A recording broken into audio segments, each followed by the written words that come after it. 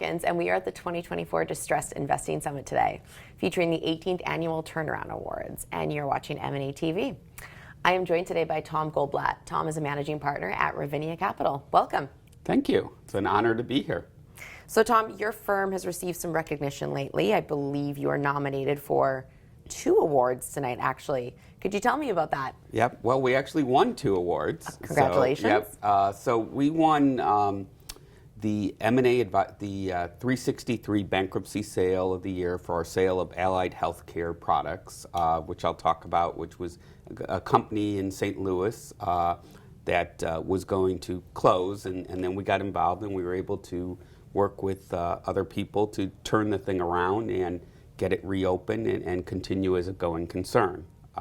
We also, I won the deal maker, the distressed deal maker of the year, and I'd actually previously won the same award 10 years prior for a different deal. So it's really a lot of fun for me to be back here and to be the national distressed deal maker 2 different times. Well, congratulations. That's quite an accomplishment to get it twice. Yeah, there are, you know, the 2 deals are very different, but in some ways they're kind of similar. And I think there's some lessons, you know, to be learned for, you know, younger professionals and others in the field. And what I found, well, Allied Healthcare was a medical company, and they had made ventilators, and it's a pretty well-known story of what happened in the pandemic, that they got over-ordered and then they got into trouble. The prior deal, 10 years, was a staffing company, and they had gotten into kind of accounting irregulatory and ended up needing a process. But in that case, it was going to close too. But what I found is if you you have a vision of what something can be as a going concern, and even if everybody thinks it's easier and quicker just to liquidate a company, that if you kind of stand in there and show the value and just don't permit any other thought processes, you know, to convey, and you always act with urgency, that you can deliver on, you know, results that aren't expected. So I think that's why we were able to win the award.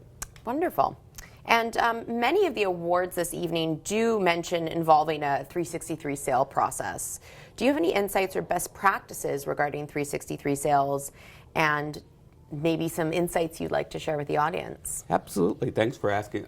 Well, 363 is a code, one section of and it's the one that really allows for sales of companies as going concern. So it actually is a wonderful thing. It's a wonderful thing for companies because it allows them to have new life, because what otherwise you'd have to take on the liabilities, but it's a good company, but some prior management got into trouble or there were some issues, or, you know, it allows the people to rebuy the assets and keep the company going, keep the employees going. It's a good thing all around. But particularly from an investment banker standpoint, I love it. I sell healthy companies too, family businesses, and I like selling. If I have my preference, I'd rather sell in a bankruptcy sale, because during a bankruptcy sale, the stakes are really high. Something has to happen.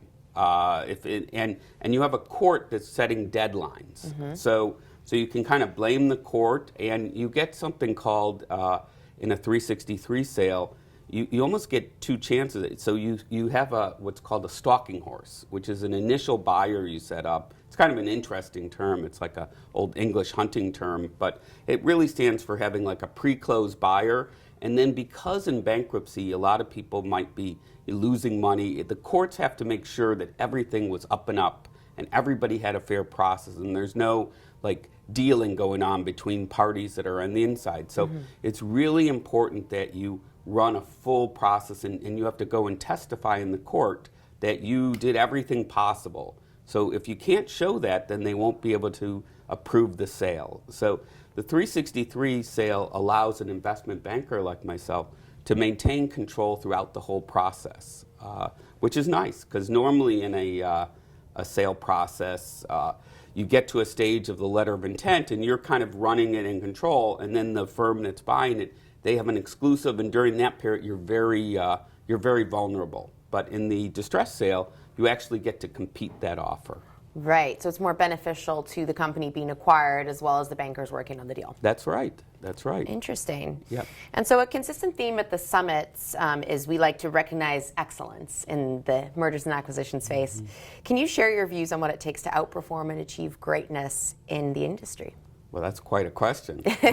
But I think, with excellence, it really is motivating because you can just kind of live your life and do an average job or just mail it in. And I can tell you, everybody here, the cameraman, yourself, I can see there's excellence. You can take pride in what you're doing.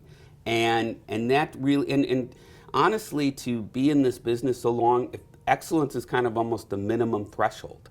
You just aren't going to be able to last. When what we do with distressed deals, there's always going to be people that aren't getting something. And so you have to be able to stand in there and deliver the best. And we take pride in it, and it helps in a lot of ways. Not only is it good for attracting future clients, but it's also the people working for you feel motivated as well to do some work that they're really, can go home and be really proud of. Yeah, definitely. Well, I appreciate all of your insights today, Tom, and thank you so much for joining us at the summit. Oh, it was my pleasure. Thank you. And you're watching M&A TV.